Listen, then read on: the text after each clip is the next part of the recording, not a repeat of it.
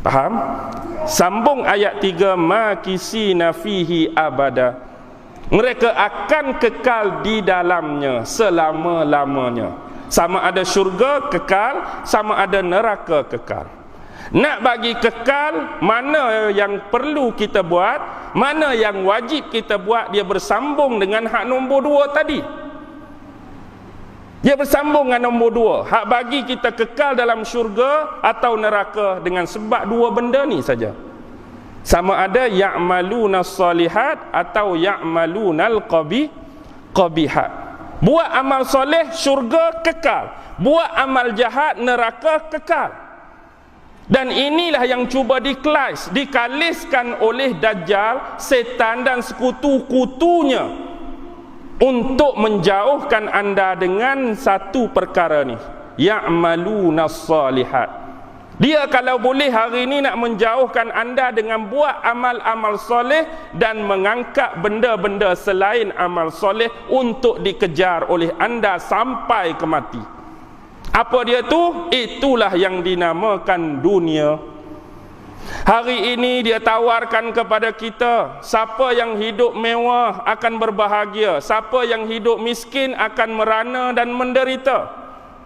Hari ini berlumba-lumba kita cari kerja, berlumba-lumba bercakap tentang kebesaran gaji masing-masing, berlumba-lumba bercakap tentang income hang berapa bulan ni, income aku berapa bulan ni, bercakap tentang rumah hang berapa biji sekarang, kereta hang berapa biji sekarang. Kita berlumba-lumba bersaing nak bagi kaya, nak bagi mewah dari sudut harta benda. Benda tu tak ada jadi masalah, tetapi kalau dengan ada benda tu anda melupakan amal soleh, agak-agak di mana tempat anda? Tempat tu tak ada jaminan langsung untuk anda di syurga atau neraka. Sebab benda tu harus cari harta, harus. Tetapi perkara-perkara yang melibatkan keduniaan tidaklah dia tertakluk dengan syurga atau neraka. Contoh, kalaulah dengan sebab kaya Allah bagi masuk syurga, saya orang pertama yang akan bekerja tak berhenti 24 jam. Jumpa depan Allah besok, berapa gaji sebulan kamu? 40,000. Saham ada berapa? 100,000. KWSP 20,000. Oh, kaya, masuk syurga sebab kaya. Hang apa? RM20 je sehari. Lepas tu rumah duk sewa saja. Lepas tu kereta loan tak habis lagi, miskin, masuk neraka.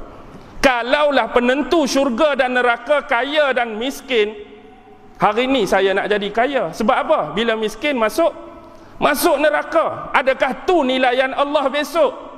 Hak kita duk bercakap hang berapa sebulan, hang berapa biji kereta, Allah nak tanya ke? Mana amal soleh, mana amal jahat?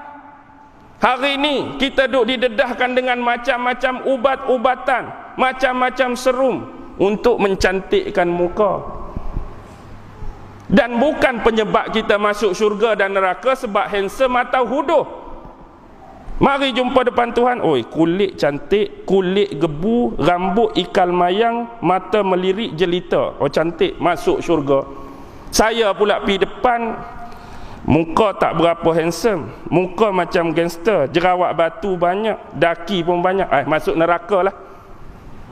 Kalaulah sebab muka huduh masuk neraka, esok juga saya buat pembedahan plastik, buat macam Tom Cruise. Sebab apa? Sebab muka handsome boleh masuk syurga. Itukah nilaian Tuhan? No.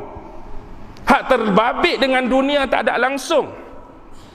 Anda gemuk ke, anda kurus, bukan penyebab syurga dan neraka. Anda kaya atau miskin, bukan penyebab anda ke neraka. Anda handsome atau huduh, bukan penyebab. Boroi ke kita, kurus ke kita, gemuk ke kita, bukan penyebab. Hak penyebab mana? Ya'malunas solihat au ya'malunal qabihat. Hang harta banyak, berlimpah ruah, buat amal soleh, masuk syurga. Hang miskin, buat amal jahat, masuk neraka. Bukan tu nilaian dia. Tapi dia cuba nak paling kita supaya bersungguh tang ni lah ni. Nak bersungguh tang ni. Jadi melupakan amalan-amalan soleh. Tengok hubungan dengan ayat 103. Apa Allah kata? Qul hal nunabbiukum bil akhsarina a'mala. Adakah kami tak pernah cerita kepada kamu tentang amalan-amalan yang akan merugikan kamu. Benda-benda yang kamu duk cari yang diperatontonkan oleh Dajjal tu benda-benda yang menjauhkan kamu dengan Allah dan amalan soleh. Ingat tak satu kisah hadis yang diriwayatkan oleh Sayyidina Ali. Dalam tu ada sahabat Mus'ab bin Umair. Antara yang Nabi sebut 3 benda yang Nabi bimbang berlaku pada umat akhir zaman. Yang Nabi bimbang ialah pada waktu pagi kamu dalam keadaan berpakaian yang lain, bila waktu petang kamu dalam keadaan berpakaian yang lain. Pagi baju lain, petang baju lain. Pertama. Yang kedua, bila kamu makan sesuatu makanan, bila dihidangkan satu-satu makanan, tak dang habis lagi makan ni, datang hidangan kedua. Baru nak makan hak nombor 2, tak dang habis lagi, mari hidangan ketiga. Lauk pauk zaman kamu penuh dengan kemewahan. InsyaAllah tak kebulu. Yang ketiga, Nabi kata kamu akan menghias rumah-rumah kamu sebagaimana orang-orang memasang kelambu pada Kaabah. Baik, 3 benda. 3 benda ni adalah kewajipan dalam hidup seseorang, bukan keperluan. Hari ni kereta tak wajib, perlu saja. Tak ada kereta pun tak apa. Tapi hak Nabi sebut, hak Nabi bimbang ni benda wajib. Pakaian, makanan dan tempat tinggal. Tengok betul-betul clue bagi. Tengok pasal pakaian. Satu masa Nabi kata kamu pagi-pagi pakaian lain, petang pakaian lain. Betul. Lah ni kita nak pergi kerja. Hang uniform hang, aku uniform aku. Hang jaket hang, aku jaket aku. Balik kerja, bila waktu tengah hari kita mandi, agak-agak pakai uniform tu lagi ke baju lain dah? Baju lain dah. Kadang-kadang petang tu nak keluar Tesco beli lauk ke Jaya beli lauk, baju lain pula. Malam datang masjid, baju lain pula.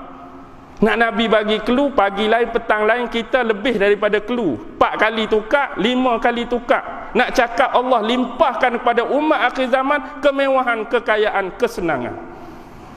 Bak makan tak ada habis pinggan ni, berat mari. Tak ada habis pinggan ni, berat mari. Tengok kita makan lah ni, sekurang-kurang ada berapa lauk atas meja kita? Paling common lah bang, 2, 3 lauk. Hak bahagian berkuah, hak bahagian goreng, hak bahagian sup.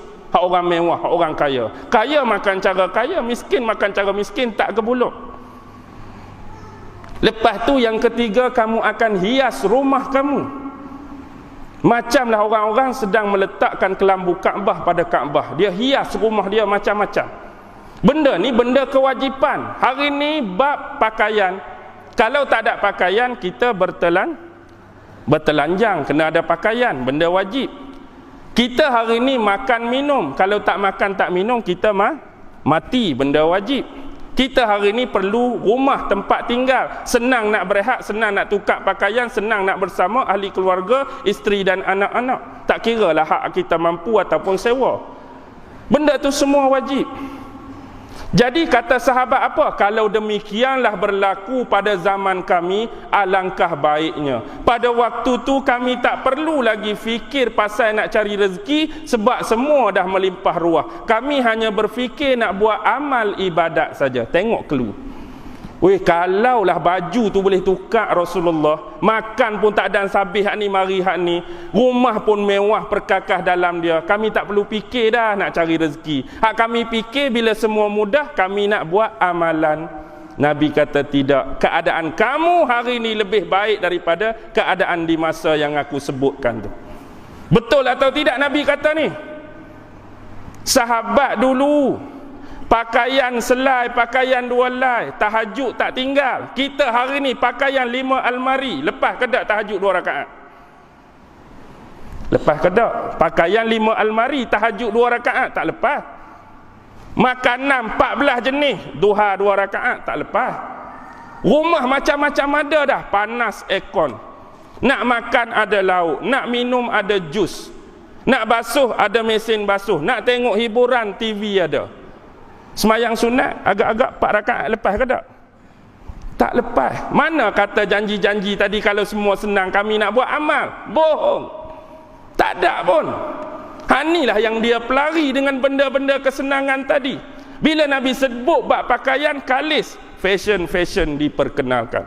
Hang hari ni tudung kok ni, tudung terbalik, tudung tunggang, tudung ni macam-macam. Hak tu duk naik. Semayangnya kadang-kadang tinggal, puasanya tak puasa, duk lebih-lebih pada tudung. Bak makan begitu juga, mana tempat saja tanya, ustaz, mana tempat kalau balik pulau ni makanan sedap? Kita cakap dia pergi. Mana pula di seberang perai makanan sedap pi? Mana pula ni? Makanan sedap saja nak pi. Pernah tak orang tanya, mana masjid tempat hak ustaz sedap ceramah? Mana masjid tempat sedap ustaz kuliah? Mana banyak dengan tanya bab makan ke ustaz kuliah?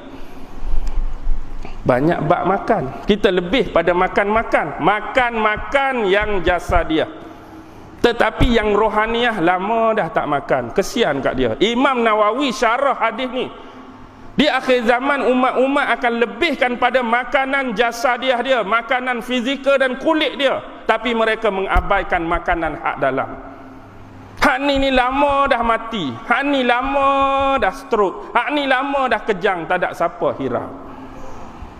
Tapi dia lebih-lebihkan nak bagi kenyang, nak bagi hilang segala stres pada yang berbentuk fizikal. Lepas tu begitu juga dengan rumah. Dengan rumah ni kadang-kadang berlawan. Kak Senah sebelah rumah 70 inci, bini kita pula sakit kepala, bang 70 tu. Tak apa, petang ni Seng Heng 82. Kak Senah pun aku dapat kutu bulan depan, dia 82, 90 lah.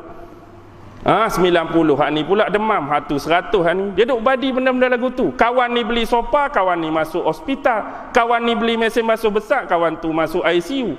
Jenis di sini tak puas hati ni. Dia duk berlumba apa? Berlumba pasal ni. Kalau berlumba pasal nak pergi masjid, berlumba pasal banyak ilmu, tak ada. Jadi hak ni lah yang iblis, yang Dajjal nak war-warkan. Dajjal nak bawa. Dia ada 6 F. Yang pertama ialah faith. Apa dia faith? Keyakinan. F-A-I-T-H. Keyakinan dia akan gores menerusi Al-Quran tadi. Sedikit demi sedikit dia akan datangkan kontradiksi dan kontradiksi, mengikis kepercayaan kita pada Tuhan, mengikis kepercayaan kita pada Allah. Hari ini mereka dah buat macam-macam pada agama kita, tapi alhamdulillah agama ni masih tetap teguh, walaupun mungkin ada 2-3 orang dah terpeleok, dah terlari. Start awal dulu, bila kita ada Quran, kita ada hadis. Mereka pun suruh kita pakai Quran saja, tolak hadis. Pakai Quran saja, jangan pakai hadis. Sebab apa? Sebab ketua dia Golzaiha kata apa? When we seek religious instruction from Muhammad or any other society beside God, we support Satan in his claim that God need a partner.